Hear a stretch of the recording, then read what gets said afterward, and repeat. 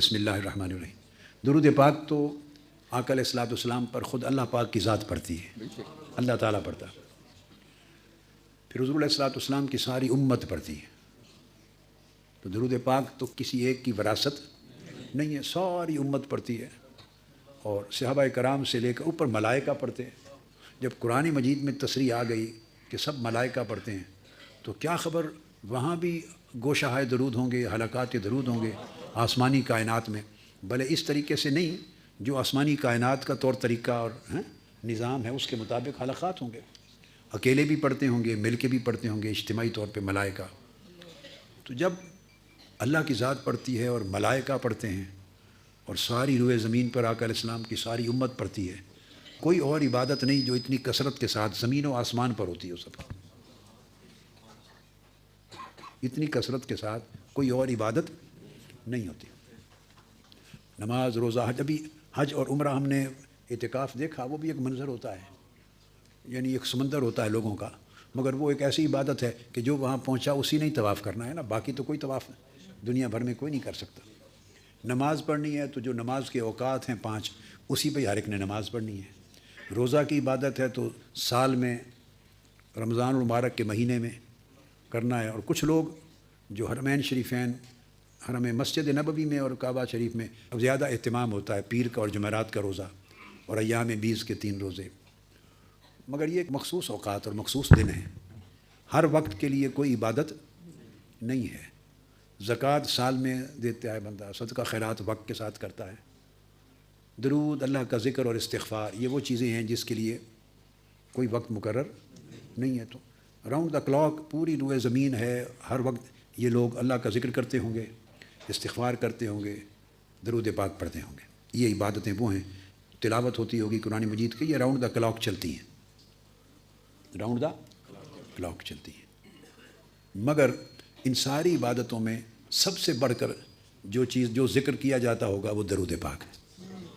اب اس کو 13 سال ہو گئے، مگر یہ کہ 13 سال گزر کے بھی میرے علم میں پوری دنیا میں سے کہیں سے یہ نہیں آیا، پوری دنیا میں، کہ کسی نے اس طرح کا ایک نظام درود پاک ہم وقت پڑھنے کا ہمارے اس کام کو دیکھ کر ہی بنا لیا ہو۔ ورنہ کیا بھئی پیسوں کا کیا ہے، یہ جتنا خرچہ ہم نے کیا ہے، ایک ایک بندہ بیٹھا ہوا ہے، ایک ایک بندہ جیب سے اتنے پیسے بھی نکال لیں نا، ایسے لوگ بھی مالدار ہیں تو وہ گوشہ درود اور اس طرح کی عمارتیں کھڑی کر دیں۔ پیسوں کی کمی نہیں ہے، ہم تو خرید کے تھوڑی تھوڑی زمین پہ بنائے ہیں نا، لوگوں کے پاس زمینیں بھی ہیں، بنا دیں، اور اجتماعی طور پہ بھی لوگوں کے پاس وسائل ہیں، لوگ ان کو خرچ دیتے ہیں، ان کے پاس وسائل ہیں۔ تو مقصد یہ ہے کہ وسائل کے اعتبار سے اگر کوئی تدبیر کرنا چاہے اور ایسا کوئی مرکز اور اس کا نظام وضع کرنا چاہے تو یہ چیز کوئی ناممکنات میں سے نہیں ہے۔ اجتماعی طور پہ بھی جماعتوں اور تنظیموں کے پاس، بعض جماعتوں، سب کے پاس نہ صحیح ہیں، اور انفرادی طور پہ ایک ایک بندے کے پاس بھی اتنے وسائل ہیں، لیکن یہ کہ باوجود اس کے ایسا نظام وضع کر دینا کہ ساری دنیا درود پاک کے نظام میں پروئی جائے، اور اس کا ایک ہیڈ کوارٹر ہو درود پاک کا، گوشہ درود، اور اس کے ساتھ پھر دنیا بھر کے ملکوں سے حلقات درود کا نظام لوگ پڑھ کے ایک جگہ اس کو سینٹرلائز کریں۔ ایسا نظام میں نے دنیا میں کہیں سنا بھی نہیں ہے۔ اس کا مطلب یہ ہے کہ یہ اللہ پاک کا امر ہے، اس نے آپ کو چن رکھا ہے اس کام کے لیے، اس نے آپ کو اس کام کے لیے چن رکھا ہے۔ یہ اللہ کا انتخاب ہے، اللہ کی بڑی عظیم توفیق ہے۔ کیا بڑی توفیق ہے اللہ پاک کی، اللہ پاک کا بڑا انعام ہے۔ اس کی رونق کو آپ جب مہینے میں ایک بار یہ گوشہ درود کا جو ختم الصلاۃ علی النبی ہوتا ہے، دیکھیے آپ کے اجتماعات ہوتے رہتے ہیں، مشن کی دعوت کے لیے، فکر کے لیے، تنظیمی کاموں کے لیے، تدبیر کے لیے، منصوبہ بندی کے لیے، مختلف امور کے لیے، تعلیم و تربیت کے لیے، اعتکاف کے مواقعات یعنی ہوتے رہتے ہیں، مگر یہ ختم الصلاۃ علی النبی صلی اللہ علیہ وسلم یہ ایک ایسا اجتماع ہے کہ اس میں آپ صرف اور صرف اور صرف آقا علیہ السلام کے درود پاک کی نسبت سے جمع ہوتے ہیں، صرف درود پاک کی نسبت سے جمع ہوتے ہیں، اور یہ ایسی نسبت ہے کہ ایسے عمل کی کہ اس عمل میں آپ اللہ رب العزت کے ساتھ شریک ہوتے ہیں. پڑھا تو ٹھیک ہے، آپ پورا مہینہ پڑھتے ہیں، ایک نظام کے تحت پڑھتے رہتے ہیں، مگر اس مہینے جب یہ جو نشست ہوتی ہے مجلس ختم الصلاۃ علی النبی صلی اللہ علیہ وسلم، یہ منسوب ہے اس درود پاک کی طرف. اس میں جمع ہونے کی اور کوئی غرض نہیں ہوتی.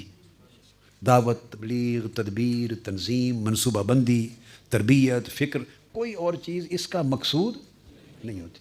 جنت میں بھی ممبر لگیں گے اور کرسیاں لگیں گی جب جمعہ کے دن اللہ پاک کے دیدار کی مجلس جمے گی. ہر جمعہ کو ایک مجلس دیدار ہوگی. کیا بولیے، کیا نام ہوگا؟ یہ کوئی اس کے بینر نہیں لگے ہوئے ہوں گے، نہ کوئی ہولڈنگز ہوں گی، نہ بینر ہوں گے، ایسے لگے ہوئے نہیں ہوں گے. لیکن ایک بات ذہن میں رکھ لیں، میرا دل کہتا ہے کیا، جو ریگولرلی درود پاک پورا مہینہ پڑھیں اور مجلس ختم الصلاۃ علی النبی اس نیت کے ساتھ، یہ حضور کے درود پاک کی نیت سے جا رہا ہوں، اس کو ریگولرلی زندگی بھر جاری رکھیں. میرا دل کہتا ہے کہ وہ جنت کی مجلس دیدار کو مس نہیں کریں گے، اس کے ممبر ہوں گے. انشاءاللہ تعالی اس میں آپ کو شریک کیا جائے گا اور اس کے اندر آپ کو کرسی دی جائے گی. اب جب درود پاک پڑھتے ہیں تو درود پاک کا ایک زندگی پہ اثر بھی تو ہونا چاہیے. بولیے، زندگی بھی درود پاک کے تابع گزرنی چاہیے. نہیں یہ بات ہے؟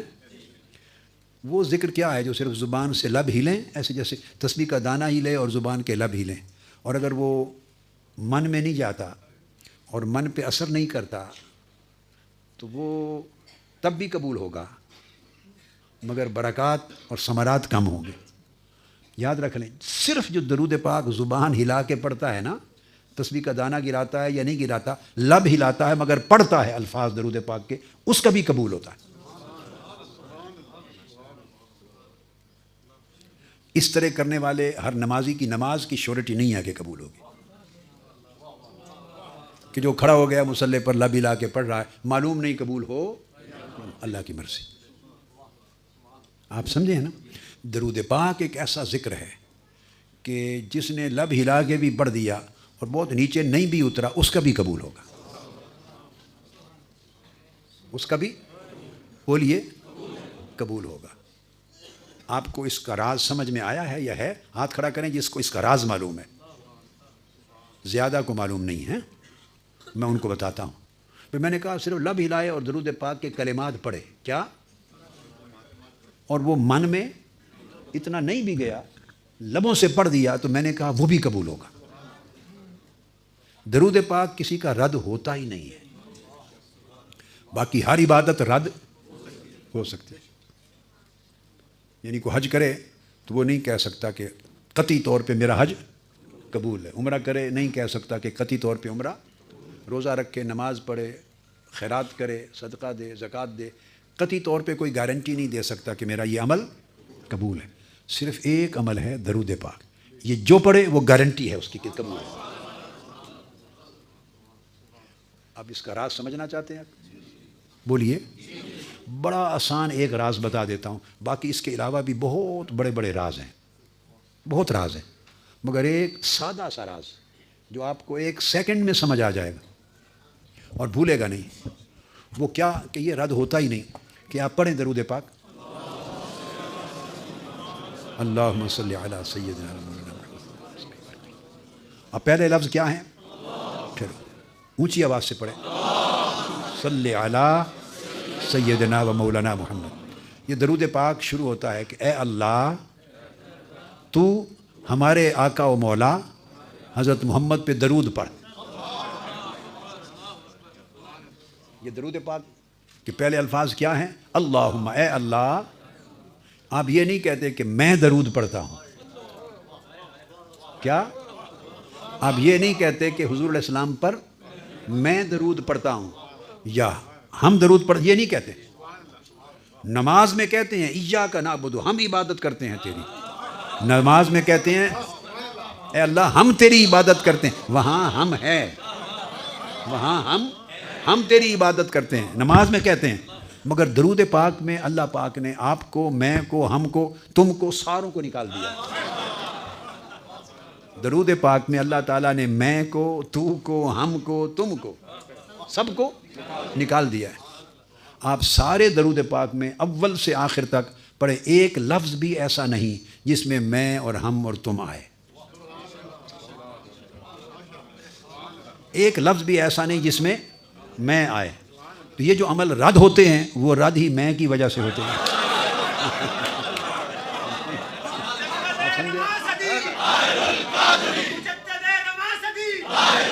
اب دیکھو نا، یہ جو عمل قبول نہیں ہوتے، یہ جو عمل قبول، کون سی شے ہے جو انہیں قبول ہونے سے روکتی ہے؟ وہ کیا ہے؟ میں ہی ایک چیز ہے جو کسی بھی عمل کو قبول ہونے سے روکتی ہے۔ اپنے محبوب پر درود پاک کے عمل میں سے اللہ پاک نے میں کو خود نکال دیا۔ جس نے قبول ہونے سے روکنا تھا وہ ہے ہی نہیں اس میں۔ آپ میری بات سمجھیں، جس نے قبول ہونے سے روکنا تھا وہ اس میں ہے ہی نہیں، نہ میں ہے نہ ہم ہے۔ اور ہے کیا؟ یہ درود پاک صرف درخواست ہے۔ کیا ہے؟ اور درخواست آپ کی اپنی نہیں ہے کہ اللہ تعالیٰ میری دکان بڑھا دے، میرا رزق بڑھا دے، میری تنخواہ بڑھا دے، میرا کاروبار بڑھا دے، مجھے بیٹا دے دے، میرے بیٹی کی شادی کر دے، اولاد دے دے، گھر دے دے، قرض اتار دے۔ یہ اس طرح کی درخواست ہے ہی نہیں، نہ دنیا کی درخواست اور نہ آخرت کی درخواست۔ کیا؟ میری بخشش فرما دے، مجھے گناہ معاف کر دے، مجھے جنت دے دے، مجھے حضور کی شفاعت دے دے، آخرت اچھی کر دے۔ نہ دنیا کی میں نہ آخرت کی میں دو قسموں کی ہوتی۔ کیا؟ دنیا کی میں اور آخرت کی میں۔ میری دنیا بہتر کر دے، کوئی چیز بھی مانگے تو میری بہتر کر دے، آخرت کی کوئی چیز بھی مانگے تو مجھے معاف کر دے، مجھے بخش دے۔ تو ہر جگہ میں ہے نا۔ اللہ پاک نے دنیا اور آخرت کی دونوں جگہوں سے میں کو نکال دیا۔ اب دعا بھی جو ہے اس میں بھی یہ اللہ پاک نے ربنا آتنا فی الدنیا حسنہ وفی الآخرۃ حسنہ وقنا عذاب النار۔ اے ہمارے رب ہمیں عطا کر، ربنا آتنا، ہمیں دے، دنیا میں بھی اچھائی اور بھلائی اور آخرت میں بھی بھلائی اور اچھائی دے، وقنا، اور ہمیں دوزخ کے عذاب سے بچا۔ دیکھیں نا، دعاؤں میں بھی میں اور ہم رکھی ہے اللہ نے۔ ربنا فاغفر لنا، ہمارے رب ہمیں معاف کر دے۔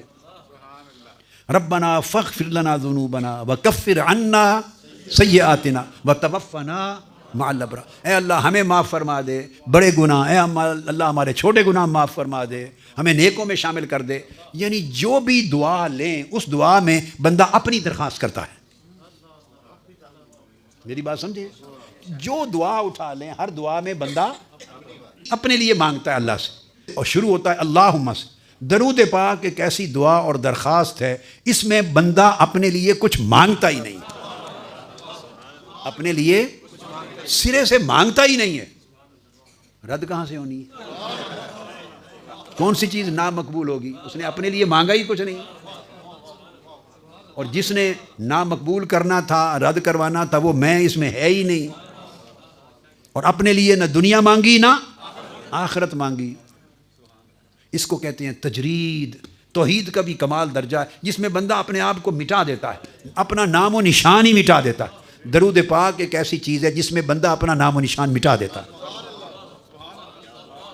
ایسی تربیت ہے۔ تو کہتا کیا؟ اے اللہ تو ہمارے آقا پہ درود بھیج۔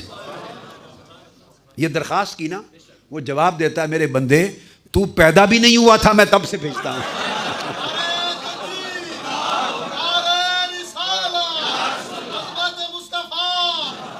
جب بھی درخواست کرتے ہیں اللہ قبول کرتا ہے، میں بھیجتا ہوں محبوب پہ درود، آپ کی درخواست قبول ہوتی ہے۔